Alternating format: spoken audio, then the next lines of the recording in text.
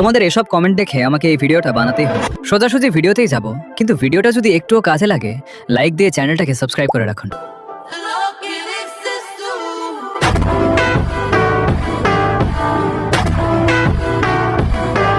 আর কিছু অসুবিধা থাকলে কমেন্টে অবশ্যই বলবেন। ভিডিও স্কিপ করলে কিন্তু কিছুই বুঝতে পারবে না। প্রত্যেকটা পয়েন্ট স্টেপ বাই স্টেপ বলবো। এই ভিডিওতে এই তিনটে জিনিস আমি একদম ক্লিয়ার করে দেবো।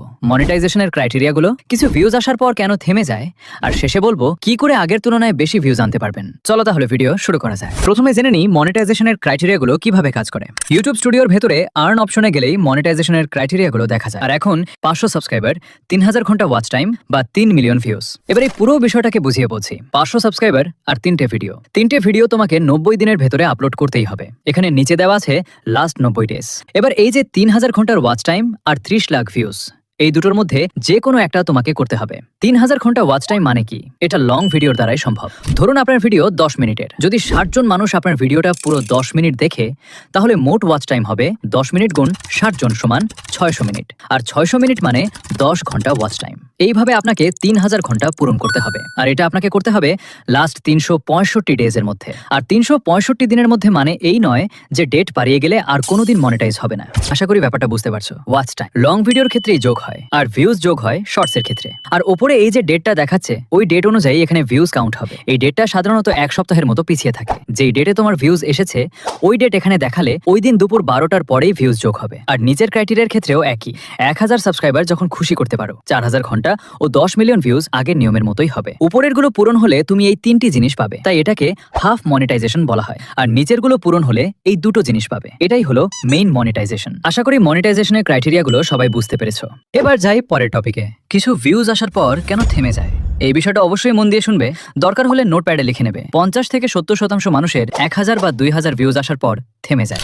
এর মূল কারণ হলো তোমার প্রথমের ভিডিওগুলো। মানে তুমি যখন প্রথম চ্যানেল খুলেছিলে তখন প্রথম যে 3-4টে ভিডিও আপলোড করেছিলে সেটাই মূল। সেখান থেকেই বোঝা যায় তোমার চ্যানেল তাড়াতাড়ি গ্রো হবে না আস্তে আস্তে গ্রো হবে না দেরিতে গ্রো হবে। তুমি লক্ষ্য করে দেখবে যখন তুমি কখন নতুন চ্যানেলে প্রথম ভিডিও আপলোড করবে, যদি তাতে ভিউজ আসে তখন সেটা সোয়াইপ আপ রেশিও যদি কম থাকে তাহলে দেখবে ভিডিওতে বেশি ভিউজ আসার 90% সম্ভাবনা আছে। আর যদি অডিয়েন্স রিটেনশন দেখায় এবং সেটা যদি 100%-এর বেশি থাকে, তাহলে 30,000, 40,000 বা 1 লাখ ভিউজও হয়ে যেতে পারে প্রথম ভিডিওতেই। আর যারা ভাবছো যে আমার তো 1000 ভিউজও আসে না প্রথম থেকে, তাহলে কি আমাদের চ্যানেল সবসময় এরকমই থাকবে? একদমই না। ইউটিউব যে কোনো দিনই তোমার যে কোনো একটি ভিডিও ভাইরাল করে দিতে পারে, আর সেটা থেকেই মনিটাইজেশন চলে আসতে পারে। এবার অনেকে ভাবছো তাহলে তো আমাদের টাইম নষ্ট। একদমই। তোমার ভিডিওতে দম থাকলে খুব শীঘ্রই ভাইরাল হবে। কেউ যদি গেমের ভিডিও করো, কেউ যদি রান্নার ভিডিও করো, এইগুলোকে ইউনিক বানাও। তুমি যেই বিষয়ে কাজ করো না কেন প্রথম থেকে ইউনিক ভাবে করবে বা আস্তে আস্তে ইউনিক ভাবে করার চেষ্টা করবে। তার মানে ভিডিওতে ভিউজ থেমে যাওয়ার মূল কারণ হলো তোমার অডিয়েন্স। প্রথমের অডিয়েন্স যদি দেখে এবং সেটা আরো 5 জনের কাছে গেলে তারাও যদি দেখে, তখনই ভিডিও ভাইরাল।